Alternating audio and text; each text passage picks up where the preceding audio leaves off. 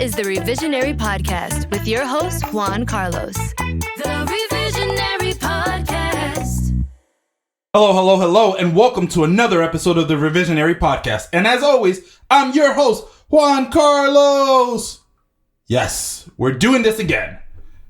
Another episode, another week, we have survived. If this is your first time listening to the Revisionary Podcast, the way this works is we bring on guests, usually comedians, who tell a nonfiction story about their lives in which they wish things had gone a little bit differently.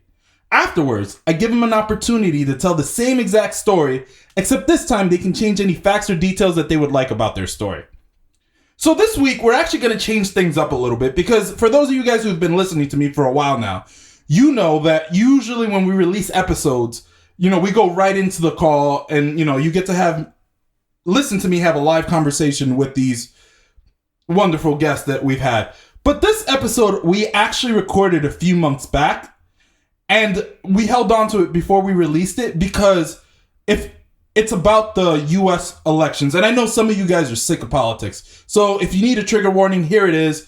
This conversation is about politics, but specifically it tailors on the most recent U.S. election. And I know that the past two elections here in the United States have been a little bit emotionally charged, which is why I'm letting you know now, if you're over it, I 100% understand, but that is what this is about. But I'm really excited because I have a wonderful guest, and she really is wonderful. And I'm very glad that we had an opportunity to have this conversation together because I got to ask her questions firsthand. She got to explain her point of view on things, and it was just a pleasant conversation because I do feel that some of the things that she dealt with throughout the conversation must have been common for a lot of you here in the United States. So you'll be able to see how she dealt with it and how she related to it. So that'll be interesting.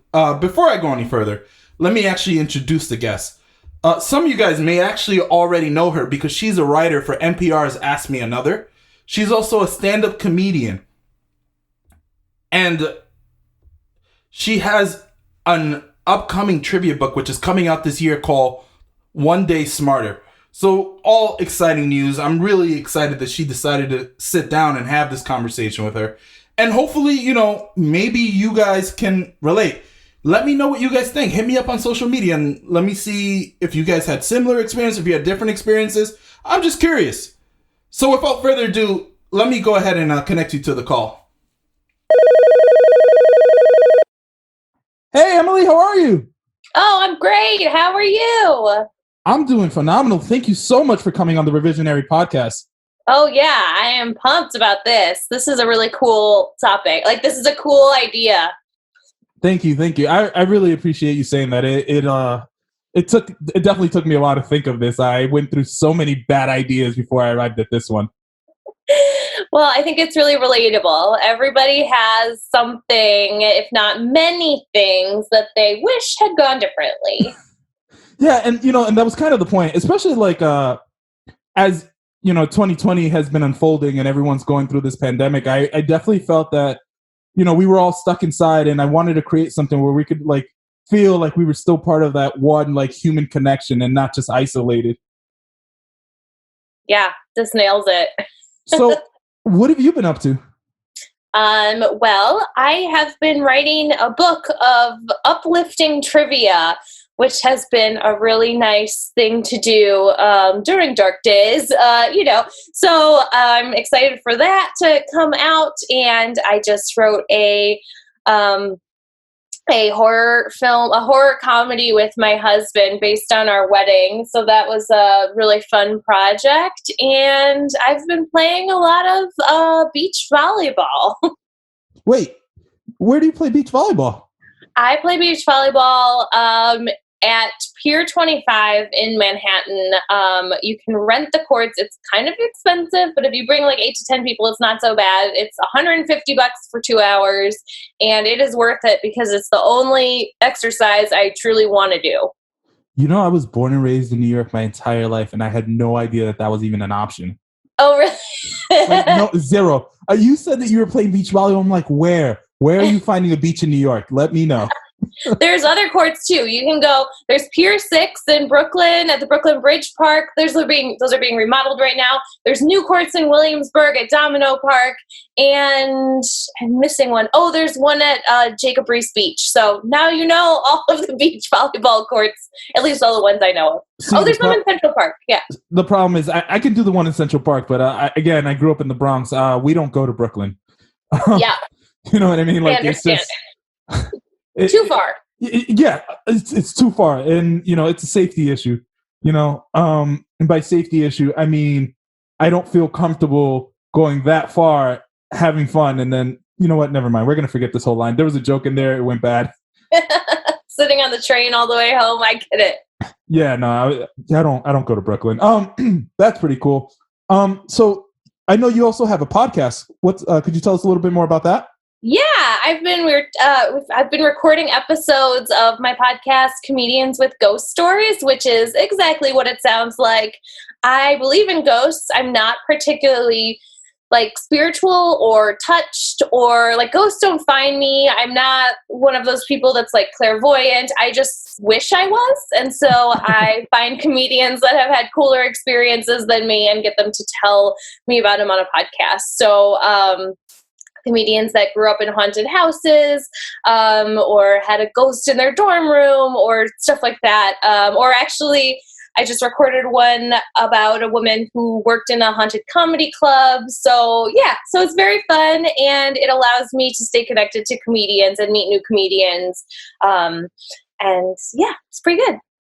Wow. I think that's a good idea. Oh, thank you. Like, especially around Halloween, I feel like that's your time to shine, isn't it? Yes, my listenership increased substantially at Halloween, and then afterward it took a little dip, and I'm like, no, you gotta stay up, you gotta stay high. I feel like that's the worst part about like having a podcast is that when you watch your numbers like soar one week, and you're like, yeah, I'm doing it, and then they like come back to earth, and you're like, oh, I'm not. No. I'm not doing it. It's not happening. All right. Well, why don't we go ahead and jump right into this? Emily, the stage is yours. Go ahead and tell us your story. Sure. So my story is something that has been eating away at me for months. I'm a Midwestern white lady, if you couldn't tell from my voice. And my family is back in Illinois, and I've always been incredibly close with my aunt, Angie. She is only 16 years older than me, and she's always been so wonderful to me. And I got married last year, and she was such a big help for the wedding. And but the only thing that has been we haven't talked much, I would say, in the last 9 months or so. And the reason is she is a increasingly big Trump supporter. We're having this conversation post-election, but she's a big Trump fan, and I couldn't be farther away from that. So it's kind of, I think, driven made a rift in our relationship, and it's really bummed me out.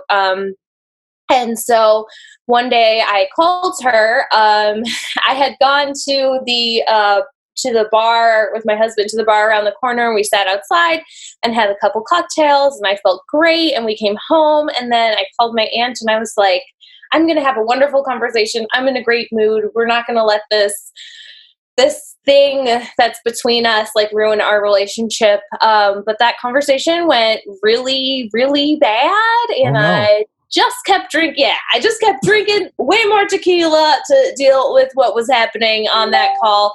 Oh no, my computer's being loud. I'm so sorry. Question for you. So when you said this conversation went bad, was there something specific about the conversation that you found very triggering? Yeah, well, so I called her trying to sort of avoid political conversation because I just know that we're not going to agree. And she just kept bringing it up. And I would say, like, how's my cousin? And she'd be like, oh, excited to vote for Trump. Oh, so like everything she found a way to like pull back to politics. And then she was telling me stories. Basically, she just kept saying that I thought she was racist and that she's not racist. And I kept telling her, like, no, I'm racist. I don't know about you. I'm not saying anything about you. I know that I have stuff to work on. I'm not talking about you or whatever, but I know that I'm racist, which seemed to really surprise her. But I think that we all need to, especially white people, really need to admit that listen, I'm in my 30s. Like, I've grown up, like, in a very different society than the one right now. And I'm not using that necessarily as an excuse, but I'm saying, like, I have a lot of change that I need to go through and a lot to learn. And I think especially this last year has been very eye-opening in so many ways. Like, there's just like, I need to change, and it doesn't, and part of that is admitting that I've held, oh my gosh, sorry, my computer, I need to, like, close down my internet and everything, that I've held problematic views. And I don't want to put that on anyone else, but I know that I have. So anyway. May I ask, what some of those views are? You don't have to, but I was just curious. Oh, sure. I think it's more ingrained in sort of just this, a more sort of sinister, ingrained racism. For example, I never until, like, the last couple of years have I considered that my social circle was so incredibly white. Mm-hmm. Like, it never even crossed my mind that I was living in this very, like, white bubble. I'm like, I've been living in New York since 2007. It's an incredibly wonderful and diverse place. Why am I hanging out with the same 10 white people all of the time? Like, why am I not branching out? Like, what, is it okay that, I just kind of feel like part of this was my decision to, have very few friends of color, people of color in my social circle, for example. And I also realized, like, because I'm a writer and I mostly make my living off freelance comedy writing. And I've thought a lot about it in the last year about who I'm recommending for jobs, especially. Like, I've always looked out for other women, for sure, because I am a woman and I've been discriminated against in workplace situations. And I only recently started making sure that when somebody asks me for a recommendation, I'm giving them a diverse group of people and not just 5 white ladies, Right. So, I mean, I think that that's all super important stuff, and I'm not good at it. I haven't fixed, right. I'm no angel, and I'm sure there's so much stuff that I need to work on and learn, but, like, this is all pretty new to me. And, yeah. No, absolutely. Thank you for being, willing to open up and share that with us. But so what happened next with your aunt at the So, we couldn't really get off the topic of politics, and I was getting progressively drunker. And then I came inside. I was out in the backyard. I came inside, and my husband got on the phone with us, like, on speakerphone, which was helpful because he's a super friendly comedian who everybody loves. And we kind of diffused the situation, and we left it saying, we're all on our own journeys. Okay, good night. But I was left with a bad taste in my mouth off that conversation based on some stuff that she said that I found extremely troubling. And I don't really want to get into the details of exactly what she said, because I feel like that's not really mine to tell. Sure. But just some stuff that I thought was pretty icky and frankly racist. So fast forward to like a couple weeks later, this aunt, she started, this becomes like a technology story. It's both like a Trump ruined my family and a technology story, okay. Which I feel like are both incredibly timely right now. Sure. But so she started a group text with all the women in my family except my mom. And the text, which included my sister, and the text was every day they would send memes. She and her kids would send memes that were really, really ultra positive. And she was like, okay, we're doing this every day. I'm sending happy memes. And they were like rainbows and butterflies and like sort of like, you make yourself happy, you create your own reality, like everything's going to be great, everything's going to be wonderful. And it kind of rubbed me the wrong way. One, because I think getting text messages every morning is really, really annoying. Like, I don't care who they are or what they're from. Like, right. you can't block a group text, right? So like, there's nothing I can do. Like, I'm just getting these annoying texts. So this goes on for several weeks. And then I put, okay, this is maybe not my shining moment. Right. But right. I am so frustrated one day with these stupid things. And first of all, I am not like the type of person who loves platitudes like that. I don't love like target art, which is just like, be the best you can be. I really hate all that stuff. I just like, I love to find hope in wallowing more and like admitting when you feel horrible and when you feel helpless. And I think that like that is a way better way to grow and bond rather than just like indulging in these stupid, like, I don't know, pixelated memes. Anyway, so I tweet one day, several weeks later, I tweet something like, about to lose it on my Trumper family, like about to tear the family apart. Because I was just so furious and I was looking for other people sort of in my situation, I guess. I don't know the reason I tweet when I tweet. I mean, sometimes I feel like we need a support group, and I think that that's very normal. Yes. Okay, thank you. Because my sister was like, you shouldn't have done that. And maybe I shouldn't. I mean, you shouldn't have, but I get it. Like, what I'm trying to say is I think it is a very natural response. Thank you. Well, it does get worse. Oh, okay. Maybe I shouldn't have replied. Then my aunt, my other aunt calls my mom. I'm in my 30s. Okay. She calls my mom to tell on me that I'm tweeting about our other Trumper family. And then my mom calls me and I'm in the middle of a work day. My mom's in the middle of a work day.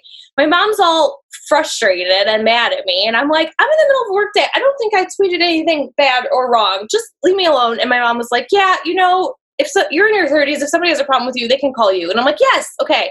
So then I hang up with my mom, but I'm just furious now that like my one aunt's calling my mom and my other aunt loves Trump and is sending me these freaking memes every day.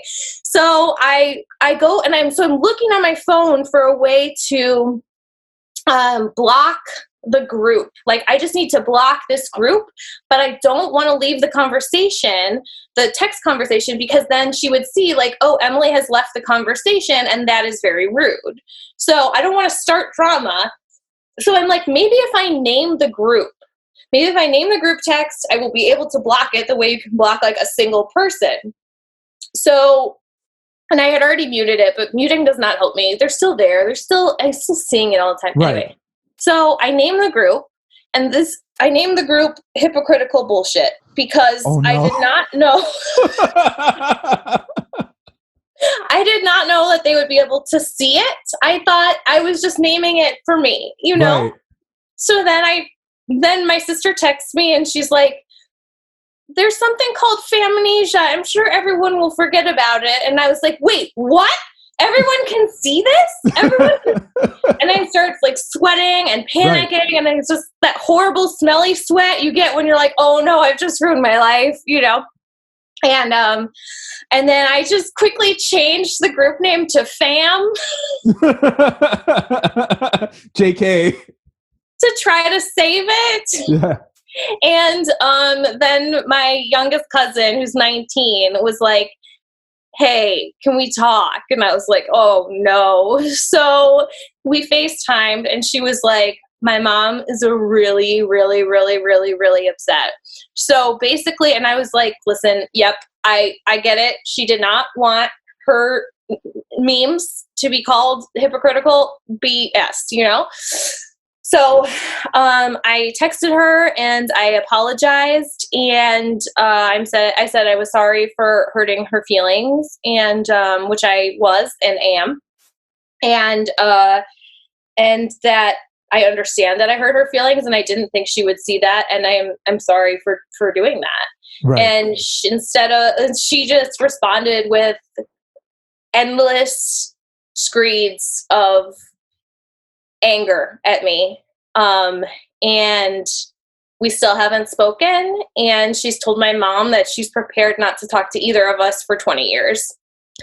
So I've always had a really close-knit family, and I feel like my story, I hope it's not too boring, No. but during all of this, like, pandemic and election stuff, I've found a way from New York to drive a huge wedge into my family that may never be repaired. So first and foremost, I want to say thank you for sharing this story with us. I think that this is one of the most relatable stories of 2020, in that I don't think that you're the only person whose family has been divided by political ideology. So thank you. I think that that's very important that we have these conversations and we share them. Oh, thanks. That's why I wanted to talk about it, because I'm like, it's kind of a long story, and I hope it's not too boring, but I hope it's relatable to some people. No, absolutely. So there's that. The second thing I was going to say here is I just want you to know this is like a judgment-free zone, so don't worry about anything. And I do find that that while I haven't necessarily have had these divides with my family, like my actual blood family, there are people who are like friends who I thought I was very close with, who I have reconsidered our relationships, not necessarily because of their political ideology, but because of some of the things that they've said, which is driven because of the groupthink that comes from political ideology. You know what I mean? Yeah. Because I do find that I'm very respectful of other people's opinions, and I acknowledge that I do not have all the right answers, and that I also acknowledge that there are a lot of things that I'm very wrong about, and just don't know that I'm wrong about them yet. So I'm not going to come out and say someone else is wrong. However, I do recognize when things come from a place of hate and anger, and that is something that I can't necessarily vibe with. So I've really resonated with your story as a whole. Oh, thanks. Oh, I can't believe I did that. I feel so foolish and old, I'm like, I can't believe I made a technology error that like put a rift in the family. Like, I just feel like, oh my gosh, my 23-year-old self was looking at me being like, Emily, that is so embarrassing. No, your 23-year-old you was looking at you and was like, okay, boomer. Yeah, no, totally. So okay. So let's dial this back a little. Let's tear into this a little bit, if you will. So has this only affected the relationship with your aunt, or has it also affected your relationship with your cousins as well?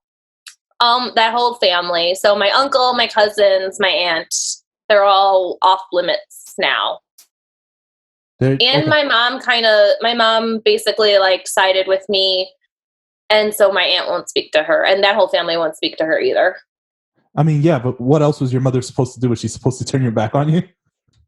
I mean, she could have.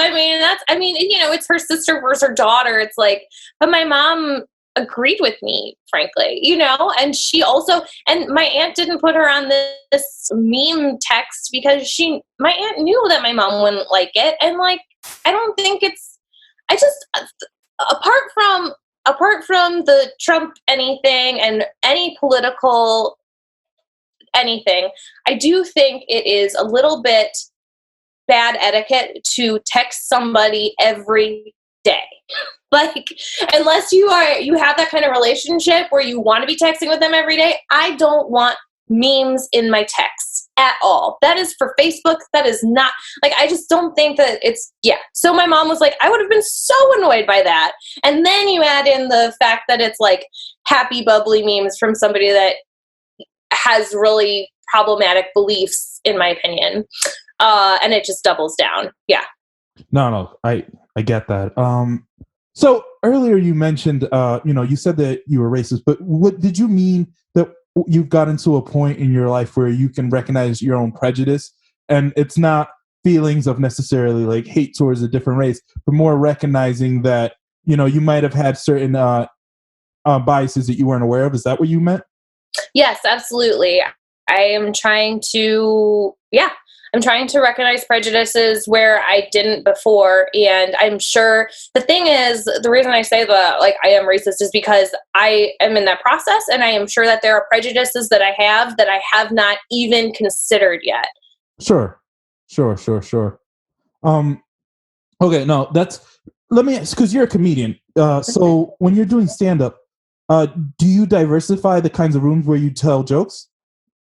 Well, interestingly, I used to have, so my first TV writing job was in Miami. So I had to move to Miami for 9 months. And that was an incredibly eye-opening experience because the rooms, there were very, very few white people. And it was the first time that I had really consistently felt that I was in the minority in rooms. And there had been a joke that I had put away because I thought maybe it was inappropriate and I shouldn't be the one telling it. And it was about why white people can't say the N-word, which I feel now like I should not be telling that joke. But this is 5+ years ago. So in Miami, I brought that joke out and I was like, you know what? I'm in more diverse rooms. Let me try this joke. And it went over way better there than in any room that I had ever done it before. Right. Or actually in mostly white rooms. The times that I had done more diverse rooms in New York, it had gone over better. So that was like sort of interesting. Like, I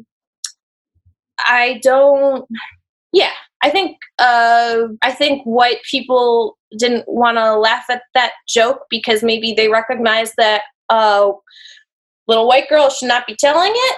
Maybe more diverse audiences felt comfortable laughing at that joke because I don't know, because they found it funny, but I still do think that I shouldn't be telling it. Now I have come full circle and I'm like, no, I mean, it doesn't matter if it's a well-crafted joke that took 6 months to write, it's still not your joke to tell. So I change on stuff like that. Got it. Okay. That's pretty cool. So, why don't we jump right back into this and go ahead. I'm going to give you an opportunity to retell the same exact story, but this time you can change any facts or details. The only thing I ask is please don't change the specific incident because then there's no story. Oh, okay. So how do I shoot? So like, because, it's easy to say, I wish I hadn't done that, or, I wish we didn't get into an argument, but then, there's no story. So maybe let's change other things and play around with it and see what comes of it. Sure. Well, yeah, I mean, the worst thing that I did, the thing that really caused the problem was naming this group Hypocritical BS, right? And if I, like, I'm trying to think, because that was the bad thing that caused this, like, tumbling of feelings to come out. And I think had it been about something that wasn't so personal to my aunt, she probably would not have reacted so strongly.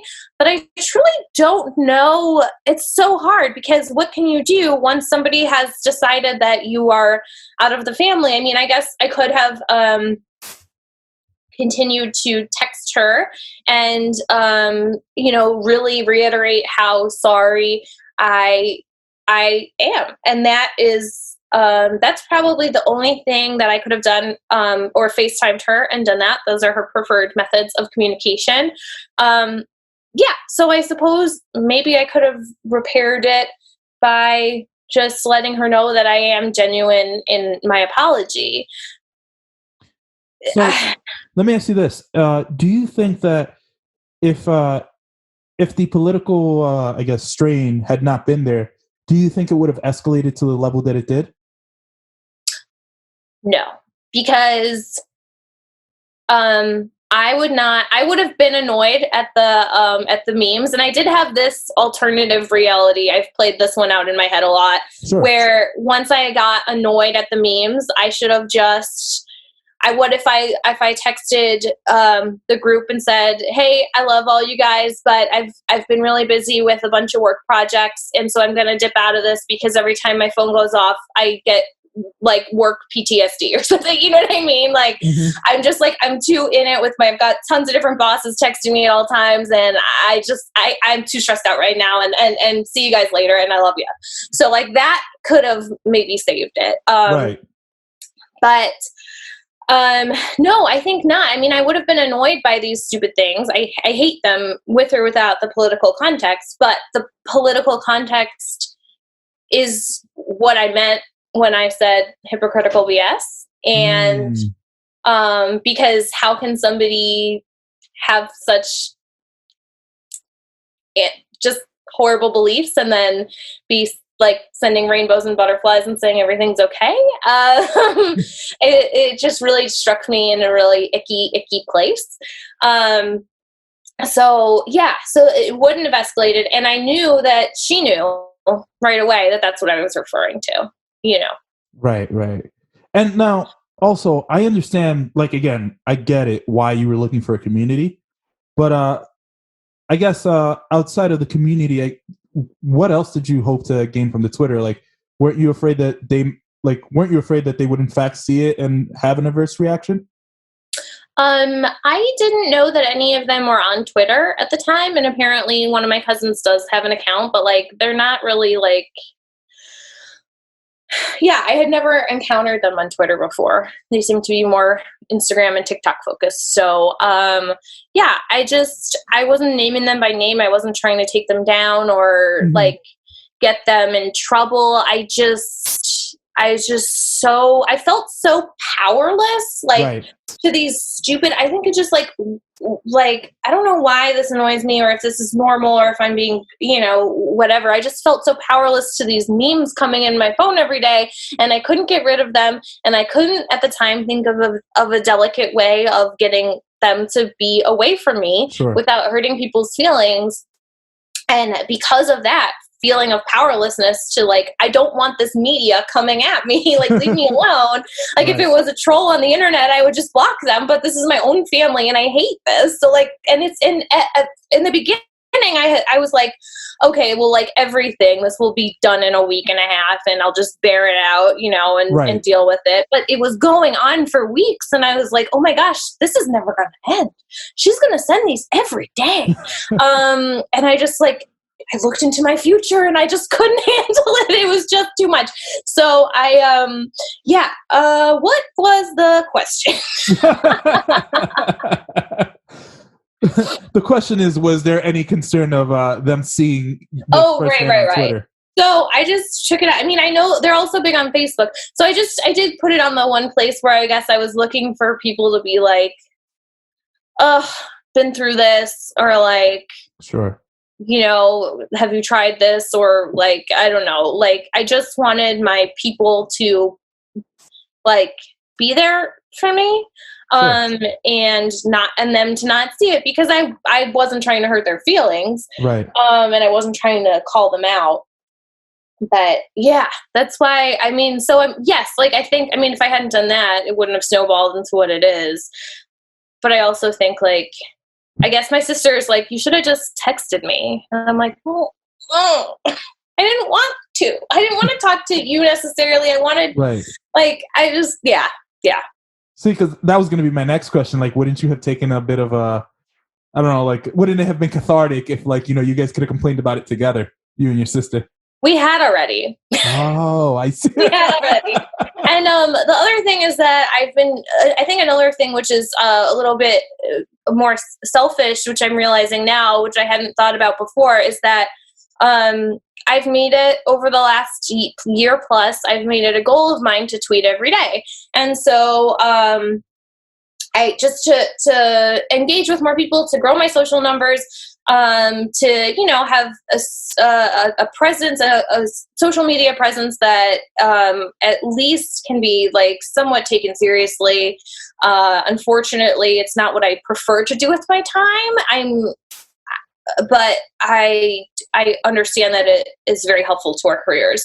So I have been experimenting with living my life online a little bit more than I am that I would normally do if I was not a comedian. And I wasn't trying to, I was being silly. I was like, watch me ruin the family. But then actually I did.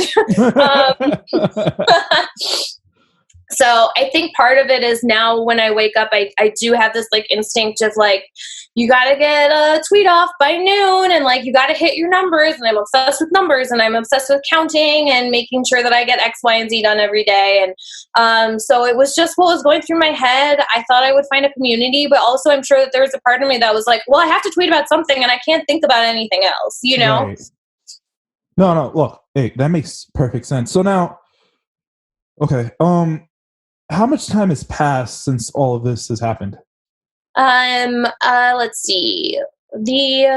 Looking at a calendar right now, I believe it has been about 2.5 months since I named the group chat Hypocritical BS. Okay. So 2.5, and then, so I'm assuming that means it's been about 2 months since she vowed to be prepared to not speak to you for 20 years?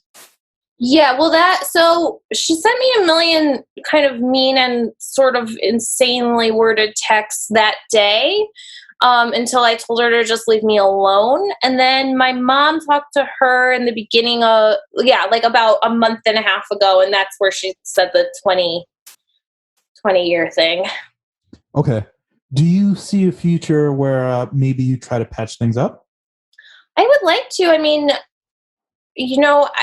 I'm so conflicted because on the one hand, this has been a person who's been so good to me and who I've loved my entire life. And she brought me to my first bar when I was 5 and gave me a fake ID. And I have all these wonderful memories of her. But on the other hand, I don't know. I mean, I just grapple with this all the time. Do we have do human beings have a moral responsibility to confront people whose beliefs are harmful to others? Right. So I don't have an answer. Right. I don't know. I want to patch things up because it's so hard. I love her very much and I love her whole family. Sure. But I also I'm so deeply troubled by some of the political beliefs associated with her group of people that I'm just really confused about what patching that up looks like and whether I need to just put away these feelings or if that is sort of a betrayal to humanity to do that, Not like I'm going to save the world either way, but it's just like, it's just like, right. I don't know, you ever look at a chicken nugget and think, I can eat you and it wouldn't make a difference, or like, I shouldn't eat you and then maybe everyone wouldn't eat chicken nuggets. No, I get it. Trust me. No, I don't know. I would like to, but I also like, it's just going to keep happening, So let me ask you this, really quickly, if you wouldn't mind, could you walk me through how you think this issue evolved from her point of view?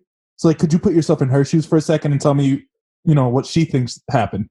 This is such a beautiful exercise. I get why people go to therapy, and I should connect with my old therapist. Right, I'm going to say this again because I've had to say this on this podcast a few times. I am in no way, shape, or form a therapist. I have no knowledge of that. As a matter of fact, I've never even been to therapy, so I don't know how it works. Well, this sounds like something a therapist would have you do. I think I know from her perspective, from my other aunt, that she feels she's the only one of her sisters that didn't go to college, and her kids didn't either. One of them is in community college, but the other 2 didn't. And I think, and her husband didn't. And I think that I'm somewhere in the middle. My parents have advanced degrees, and so does my other aunt. And I just did regular old state college. But I think she feels a little like nobody takes her opinion seriously, and they think that we think that she's stupid.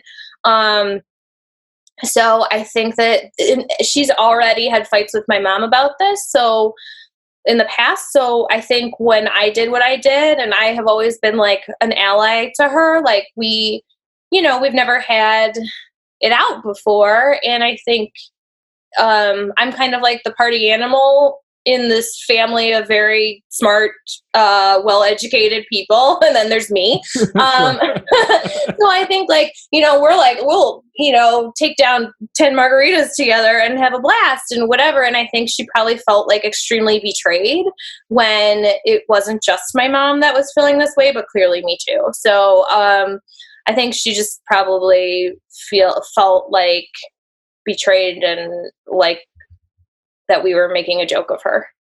Okay, so do you is that your opinion of her, or do you respect her intellectual opinions? That's a very good question. On one level, I respect her. I think she's a hard worker, and I don't know. I mean, like, I think she's funny, and I think you need some, you have to be kind of smart to be funny. Like, it's not right. But I do, this is the thing. This is so snotty of me. The text message she sent me where all the words were misused, everything was misspelled. It looked like a third grader wrote it. And that made me be like, you are just giving me, you think that I think you're dumb, and then you're writing text messages that are all misspelled, and you're using the wrong phrase, the wrong words everywhere. You're basically like playing into this. And so it makes me like, it's super hard for me to like see it clearly. But yeah, I mean, like, I think like the same way, I don't know, my parents are lawyers and they're smart, and I don't know anything about what they know about. And I think that people are intelligent in different ways. I think that there's tons of ways that she is more intelligent than me or my mom. But I mean, if we're talking purely academic and spelling and articulating yourself, that's not her strong suit. No, that's fair. I'm going to say thank you again for coming on the podcast and sharing your story with us. I know that especially like speaking about your family in such an open and candid way can be very difficult. So I appreciate that you were willing to do that with us. Oh, thank you. Yeah, it's hard, but I feel like I couldn't talk about anything else because this is the one thing that I've been thinking about truly every single day nonstop since it happened. So I had to talk to you about it. No, of course. We have a few traditions on this podcast before I let you go. So the first is we have a tradition here where we like to ask our guests for a quick like childhood story that brings happiness or like puts a smile on their face. You know what I mean? Something that just makes you feel warm and good inside whenever you think of it. Do you have something you can share with us? This is a very strange story. No, go ahead. But it's the first thing that came to my mind, and I think it's because I just took my sock off. But basically, I have this weird thing where when I panic, or when something really bad happens, I cannot stop laughing. And when I was a kid, I was probably like 12 or something. I went on vacation with my parents to Florida, and I'm incredibly klutzy. And I smacked my toe against in flip-flops. I was running, and I smacked my toe against a hard like brick pavement or something on the pavement, and I just ate it. And I ate it, and my toenail came off, and my whole foot was like big and black and blue, and it ruined my vacation, but I could not stop laughing for 2 hours. And I have never laughed that much in my entire life, and it just because it hurt so bad. And sometimes when I'm laughing so much that my stomach hurts, I think about my toe.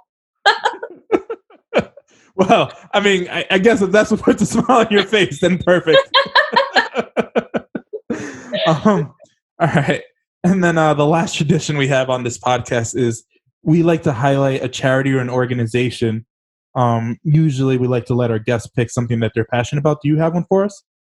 Yes, I love animals, and I would like to highlight the World Wildlife Fund, and especially because, and this is the most like consumerist crappy thing to say, but They have such cool, if you're passionate about animals, they have such cool shirts and other accessories that you get when you donate. I don't know if this would probably appeal to people who like NPR tote bags and stuff, but I got the coolest shirt when I made my last donation, and it's got a leopard on it. Or is it a tiger? I can't remember, but it's an awesome shirt.